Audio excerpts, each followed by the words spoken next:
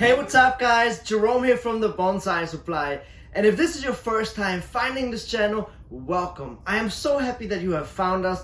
And if you like bonsai content, I hope that you guys consider subscribing to this channel. Now, of course, if you guys are already a subscriber, thank you guys so much for your support and welcome back. So in this week's video, we are going to cover overwintering for your bonsai trees. And of course, we're going to cover temperate trees as well as tropical trees. And so now that the temperatures are getting a little colder, we have to go from fall care to overwintering.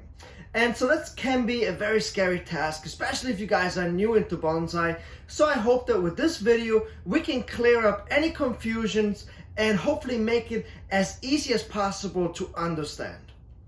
So right off the bat, it is important to note that temperate trees and tropical trees do not get overwintered the same way. So tropical trees get overwintered a lot earlier, and they need heat, they need sunlight or artificial light, they need humidity, and they need water because they do most of the time continue to grow throughout the winter time. Whereas on the other side, temperate trees do not continue to grow. They go to sleep and they need to be kept out of the wind, which is very important. They need to be kept below freezing so that they don't wake up again in the middle of the winter. And they also need little to almost no water throughout the winter time. It is important to keep temperatures above 26 degrees Fahrenheit, although some conifers or most conifers can take a lot cooler temperatures, but it doesn't hurt to treat them the same way. Now, to elaborate a little bit more, I'm going to show you exactly how I overwinter my trees.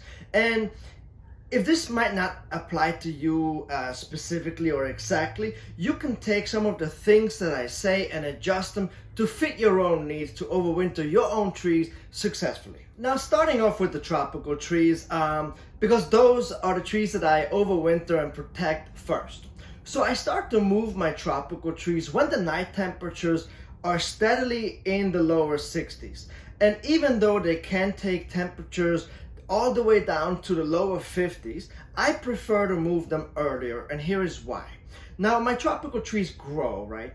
And so once the temperature starts to drop into the 60s, the tropical trees automatically stop growing, but I want them to continue to grow, and so therefore I move them into my greenhouse right away so that the transition is not that hard, not that noticeable for the trees. Let's put it that way, right? Because if I have a 10 degrees difference, 60 to 70, and I know that my tropical trees continue to grow at 70 degrees Fahrenheit plus, and I'm at 60, I can close that gap very quickly without the trees noticing.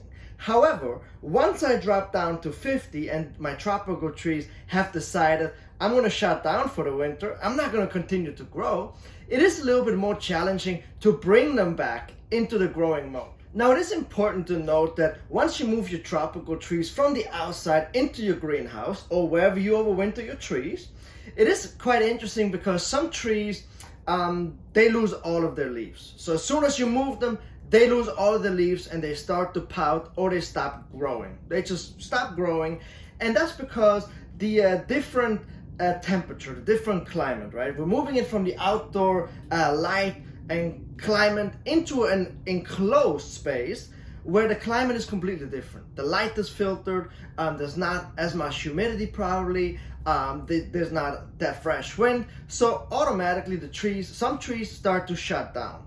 Whereas on the other hand, some trees continue to grow.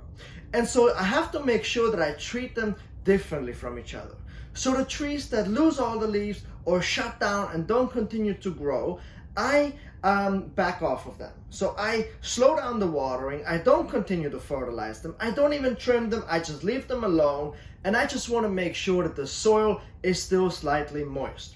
But the trees that continue to grow, I continue to treat them the same.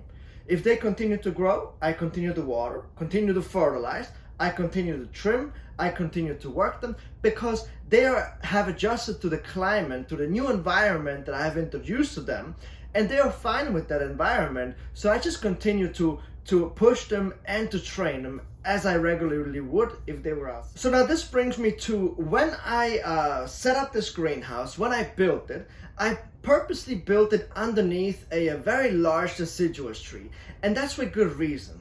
Because in the summertime, the greenhouse is covered by the big tree, deciduous tree, which is important to note.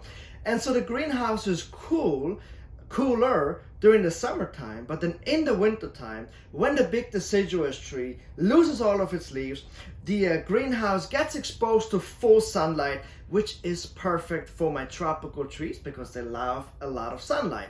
Now, if you have a different situation where you don't get a lot of natural light, you may have to introduce some grow lights. Now, to heat the greenhouse, I use an oil radiator heater.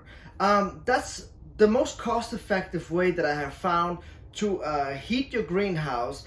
And also what I like about the oil radiator heater is that it doesn't suck the moisture out of the air. So it doesn't strip away the humidity, and it doesn't dry out the space where you're overwintering the trees, which is really important. Now, tropical trees, they need to have temperatures of 70 Fahrenheit plus to grow, and humidity of 70% to 100% humidity. Now, of course, if the heater doesn't suck the moisture out of the greenhouse, it is a lot easier to maintain those temperatures and those conditions. Now, if the humidity level drops below 70, I can just come into the greenhouse and mist some water just onto the trees, the leaves, just to bring the humidity level back up. Now, if you don't have that, you can just get yourself a humidifier, which will help to keep the humidity level up as well. So now I purposely position my radiator heat on the ground of the greenhouse because we all know that the heat rises. So I have my tropical trees a little higher elevated. So I have them about 4 feet off the ground so that the heat can rise from the radiator up to the tropical area. And then I also have a fan that is pointed at the corner of the greenhouse, which will help with airflow, because that's very important. You want to have some airflow in the area where you overwinter your trees so that the air doesn't get stagnant. If you have stagnant leaves, the tropical trees, you can create a lot of problems with that. So you want to make sure that you have a heater to keep the heat up, have a humidifier to keep the humidity up, have a fan in there that helps to circulate the air throughout the room, but make sure that the fan is not pointed directly at the trees. That is very important to note. So now this concludes the overwintering care for tropical trees. Now for temper trees, it is completely different, and I think it is a lot easier. Also keep in mind that I am in Atlanta, Georgia, so if you are in a colder climate, you might have to take extra steps of precaution to overwinter your trees, but this is how I do it. So I have a gap in between my greenhouse and my shed, and so I put all of my temper trees in that gap. So there's a space which is about 10 foot wide, and I place my trees there because they are staying out of the wind in that area because they are protected from the greenhouse and from the shed, which is perfect. And so I start to move the deciduous trees and the evergreen trees first. And so I wait until all of my deciduous trees have shed all of their leaves from the fall, right? The leaves have turned to the fall color, then they shed all of the leaves.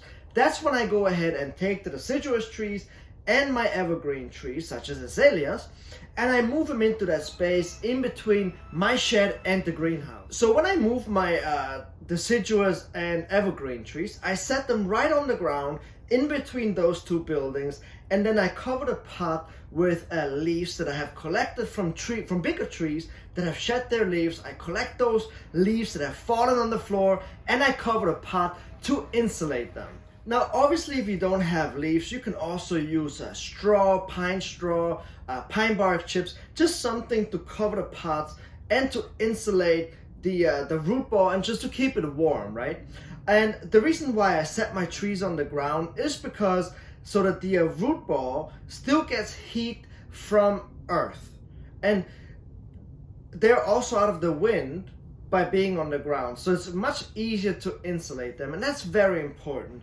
Now my conifers, I keep them out on their pillars as usual a little bit longer, and I move them when the temperatures start to get really cold. Like once they start to drop into like the 20-degree Fahrenheit area, that's when I will start to move the conifers, which here happens in late December, mid-January, somewhere in there, and it only lasts for a very short amount of time. Now obviously, if you live in an area where it snows, you can still keep your trees on the ground, away, sheltered away from wind, and you can wait until it snows, and the snow is also a great insulation for the trees as well. Now, as I have mentioned at the beginning, temper trees don't continue to grow throughout the winter time. They go into their dormant period, so they go to sleep, so to speak. And so as soon as the deciduous trees lose their leaves, and I can tell on the conifers no more new growth is coming, I immediately start to back off the watering. And in the winter time, I check my trees probably once a week, because it usually rains about once a week here anyways in Atlanta. So I actually very rarely have to water my trees. I just try to make sure that the soil is not completely bone dry, but it's kind of like on a very slightly moist. That's where I want to maintain it. So I also don't continue to trim my temper trees when they're out there exposed to the elements. I don't fertilize, I don't do anything to them. I just leave them alone, and I go on vacation myself for a change. So this is pretty much it, the basics of overwintering your tropicals and temper trees. And I think it is pretty easy and straightforward. Just don't overthink it, right? Tropical trees need light, heat, humidity, whereas temper trees, the most important is to keep them away from wind, set them on the ground somewhere, and cover the pots with some sort of insulation material. Now, of course, if there's still uncertainties or maybe something I did not mention, please drop the comments down below in the comments section, and I'll gladly respond to these comments for you guys, of course, as always. So thank you guys so much for watching. Please subscribe to this channel if you haven't done so already, and I will catch you guys next time.